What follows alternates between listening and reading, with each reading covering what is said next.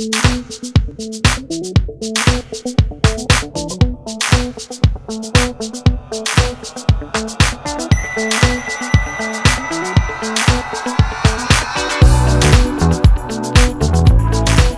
verdad es que yo cuando empecé a escribir en mis novelas nunca las empecé a escribir pensando esto va a ser del género policial. En realidad quería escribir, en el caso de Las viudas de los jueves, por ejemplo, sobre la década de los 90, y en ese sentido tiene mucho que ver con lo que vos decís. Quería contar cómo vivía esta gente que tomé como protagonistas durante esa década para terminar de la manera que terminaron. Luego ese acercamiento a la coyuntura social hace que muchas veces lo que estás contando que lo que estás contando se transforme en una novela policial porque toma elementos del policial, pero yo no las pensé de esa manera. Pensé, quiero contar la historia de estas personas que vivieron esta década, que dejaron lo que sea necesario para mantener sus bienes materiales, que era lo único que le importaba en la vida, etcétera, etcétera, y terminaron de esta manera. En el medio se comete un crimen, hay una muerte, y entonces eso lo acerca al género policial. En casi todas las novelas que escribí me pasó eso, querer contar una coyuntura, no una coyuntura, sino determinadas historias de personajes en una coyuntura, ¿no? Y terminaba apareciendo el policial en algún lugar. Es como que el policial me tomó en el medio de la escritura.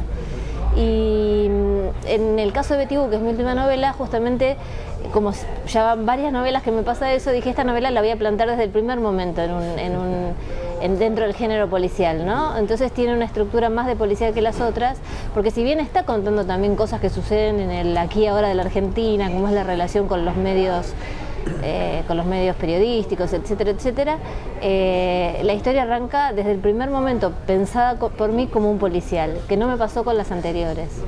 Yo creo que la ficción tiene algo maravilloso, que es que te permite mentir. Entonces, escudado en la mentira, uno puede decir mucho más cosas que el que es un cronista o el que es un periodista.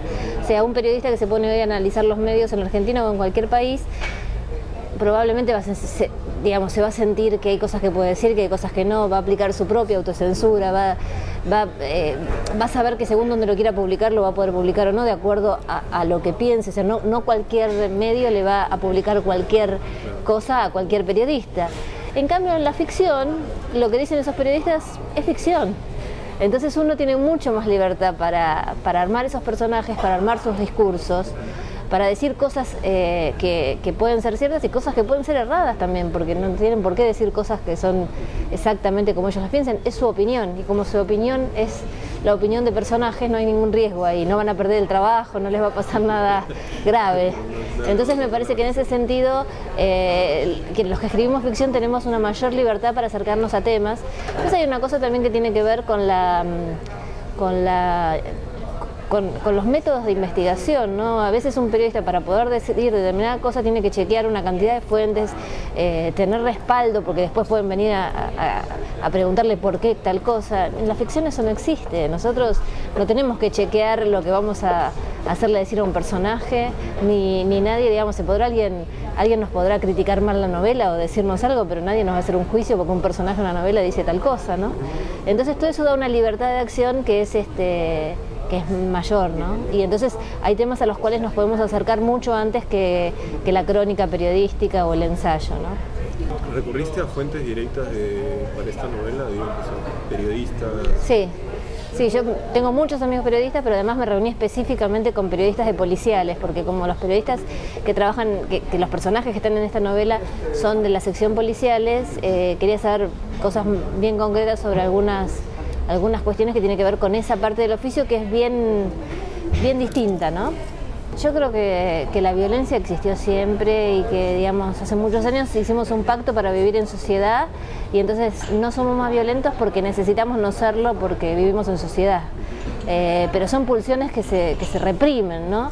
Y que se reprimen en función a un beneficio que te va a dar la sociedad. Yo reprimo todo esto que naturalmente tiene el ser humano, que es la violencia y determinadas pulsiones sexuales, etcétera, porque necesito vivir en una sociedad que me va a dar determinadas cosas. Como en los últimos tiempos hay muchas sociedades que dejaron de dar eso que tenían para dar, hay mucha gente que quedó como fuera de ese pacto, ¿no? Y la violencia aparece mucho más. Me parece que tiene algo que ver también con la evolución del capitalismo. El capitalismo fracasó como propuesta de vida, ¿no? O sea, nos prometieron que el capitalismo nos iba a devolver lo que nosotros dábamos en trabajo y, digamos, todas las crisis, no sé, ayer o antes de ayer en España salió toda la gente a la calle, la gente no puede pagar los créditos, entonces van a perder sus casas. Si eso no es el fin del capitalismo, no sé cuándo será el fin del capitalismo, pero evidentemente fracasó como promesa de estado de bienestar. No hay más estado de bienestar. Todo eso yo creo que va a generar más violencia hasta que se encuentre un nuevo equilibrio, hasta que haya un nuevo equilibrio donde podamos vivir, digamos, unos con otros sin pelearnos por eso poquito que hay para repartir, ¿no?